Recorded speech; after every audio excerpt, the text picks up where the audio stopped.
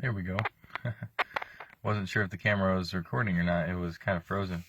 But hey, what's going on? I just got a few minutes here before people arrive, so I can get into the church here to shoot a video. But I wanted to share some insight, I guess, some things that I learned this week.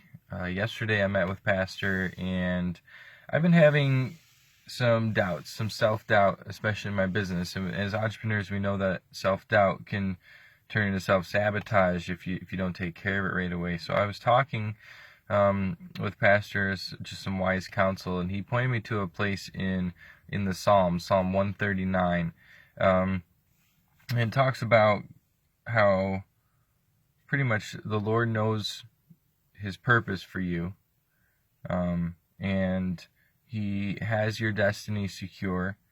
He formed you in your mother's womb, so He knew you before you even knew yourself or anyone else did. He understands your ways, your character, the way you act, and even when you try and run away from Him, and even when you aren't considering Him, He's directing your ways, your path. And that was pretty, I don't know, I knew this stuff, but to just hear it again was quite a refreshment, because it helped me put things in perspective again. If God knows us, and He has a purpose for us, and He's got a direction for our lives, and He's directing our path, and He knows our character, He knows what we're going to say, He knows what we're thinking, what we're going to think before we've thought it, then what is there to fear? If God's in control, then what is there to fear about anything in life, especially yourself? And a lot of self-doubt is stemmed in a fear of not knowing something. But the truth is, we don't need to know. It says in verse 6 or 7, I believe, that how wondrous are His ways that we cannot understand, or something like that. As human beings, we can't put ourselves in the seat of God. We can't say that we know our future, that we know ourselves, that we know the entirety of everything that's out there. But God does know that stuff, and how wonderful it is that He does, because we can place our trust in Him and then just focus on every moment. You hear a lot of people in the secular world saying, live for the moment, right? Create your own reality, think and have this vision of where you want to go. That's all great. That's awesome. But include God in that, because He already knows. He already knows where that place is that you're trying to get to. And He already knows where you're actually going to end up. And so rather than relying on your own intuition, why not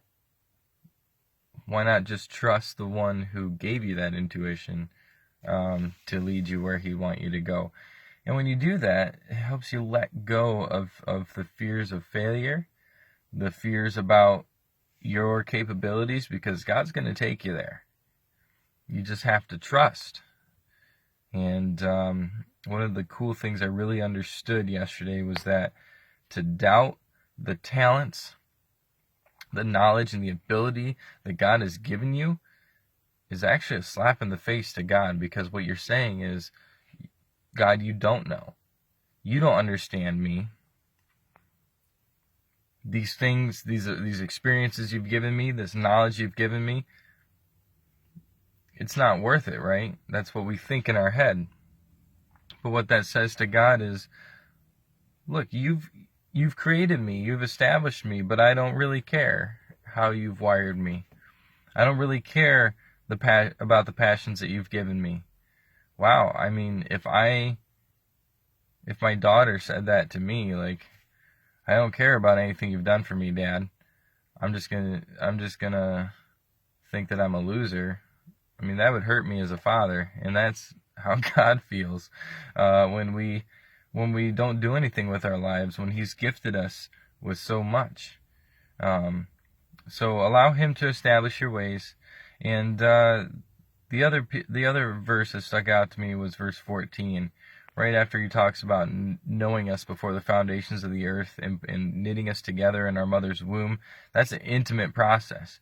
I mean, God was there in an intimate relationship with us while we were yet being formed.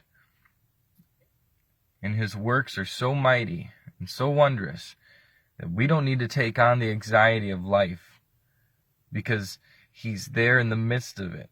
But in verse 14 it says this, your works are wondrous, O God. My soul knows it very well.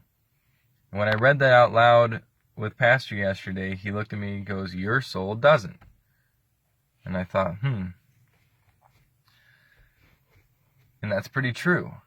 When we doubt God, and we doubt his purpose for us, and we doubt ourselves, when we doubt ourselves and the things that he's given us, when we doubt our passions, our desires, and the direction he's directing our lives in,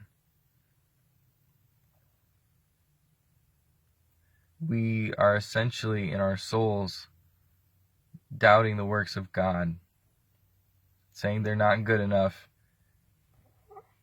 and our soul doesn't know it very well, and therefore our soul feels less weakened. It feels like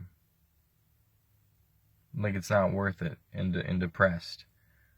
But we have to know and believe and understand in our hearts, in our souls, and in our mind that the Lord is good, and his works are mighty, and they are wondrous, and they are perfect, and let that drive us.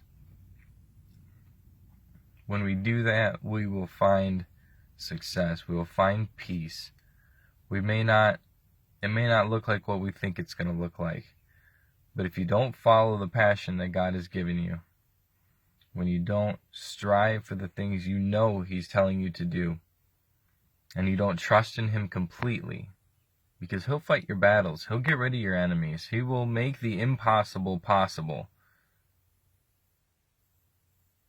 And look at me right now. I'm doubting this a little bit right now because it's such an important concept to grasp in life.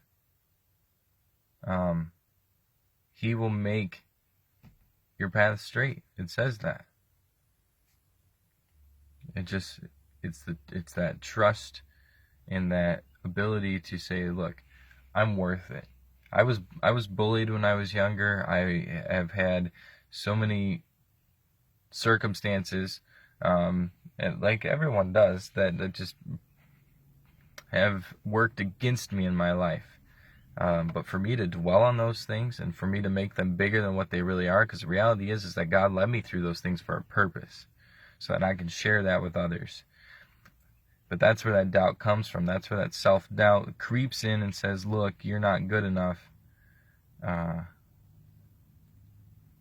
So I guess my point that I'm trying to make is don't doubt yourself. Humble yourself before the Lord. Ask him. In that same passage, it talks about asking the Lord to remove any grievances. Is there any wrong motive in me? Think about those motives. Pray that God will remove any false motives, and then go for it. Don't let anything stop you, because he's in control. So, alright, it looks like my buddy's here. We're going to go inside and shoot a video, but I just wanted to share some of that and add a little value, the same way that it's been added to my life. So, you guys have a wonderful day, and we'll talk to you later.